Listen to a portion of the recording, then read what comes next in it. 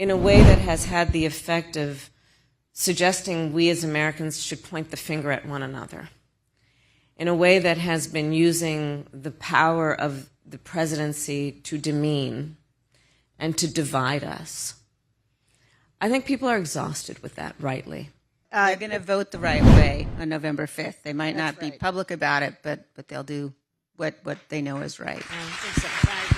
There are moments in the history of our country which challenge us, each of us, to really decide, do we stand for those things that we talk about, including a particular country over party.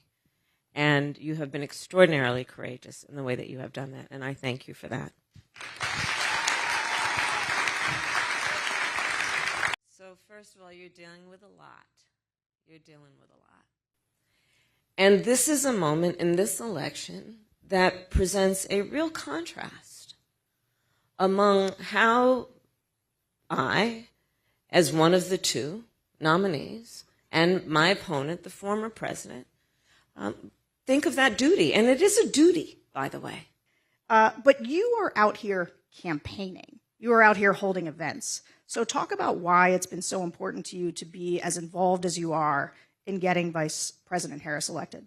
Well, thank you so much, Sarah, for the question. And it's an honor to be here today with you, Madam Vice President. You know,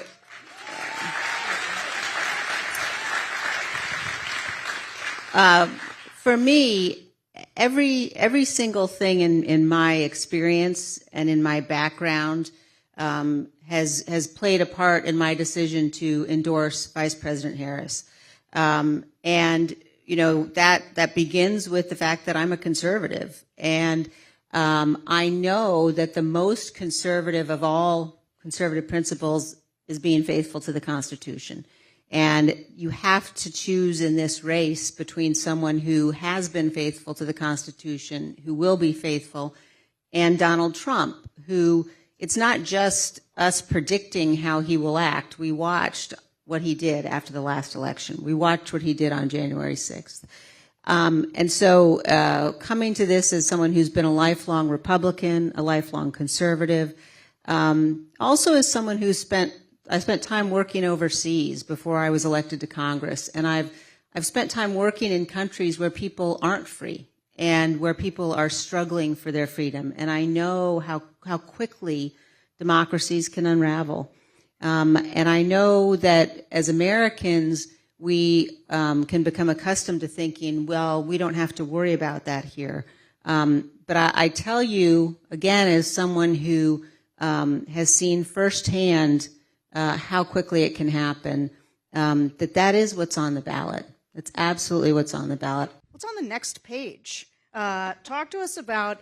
you want a preview? Yeah, give me a spoiler alert, you know? Just tell us what's the rest of the chapter.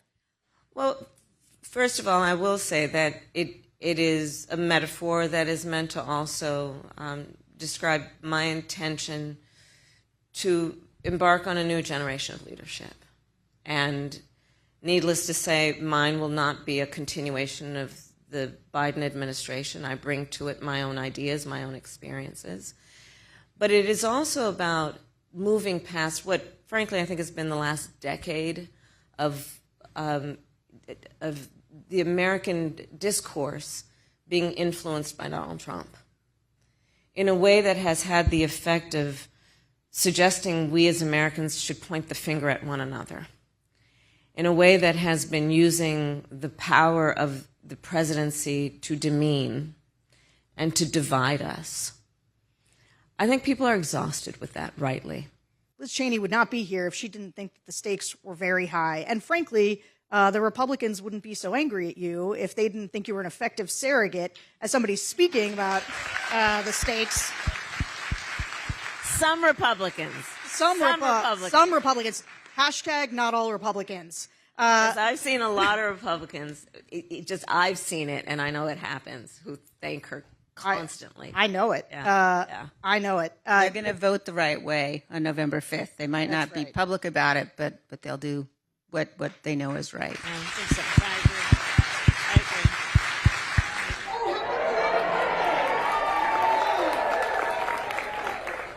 I agree. Audience members showing me off that stuff. The other piece that we have to do is really just talk more about the issue around also how in the healthcare system we are treating women. And are we taking women seriously when they talk about their healthcare concerns? So first of all, you're dealing with a lot. You're dealing with a lot. And then, of course, I feel very strongly the government should not be telling any woman what to do with her body.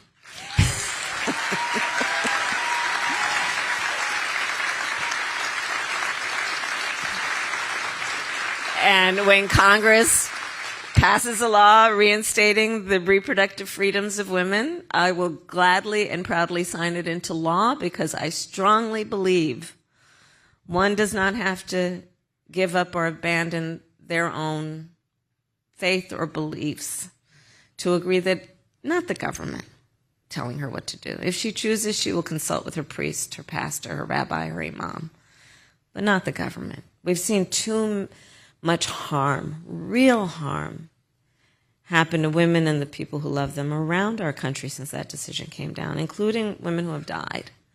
And I don't think that most people who, before the Dobbs decision came down, who had strong opinions about this, I don't think most people intended that the harm that we've seen would have actually happened.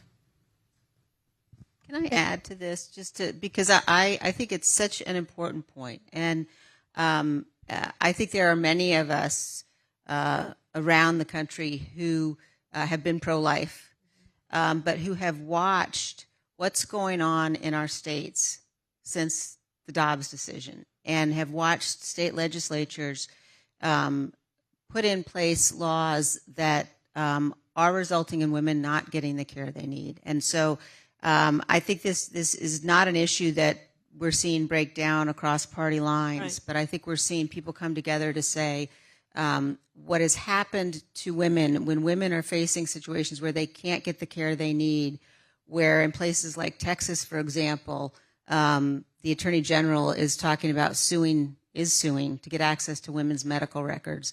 That's not sustainable for us as a country, and it has to change.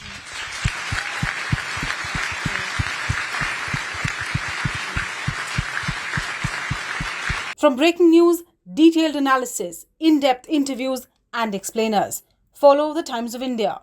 Subscribe to our YouTube channel. Don't forget to like our videos and hit the bell icon to stay updated with the latest.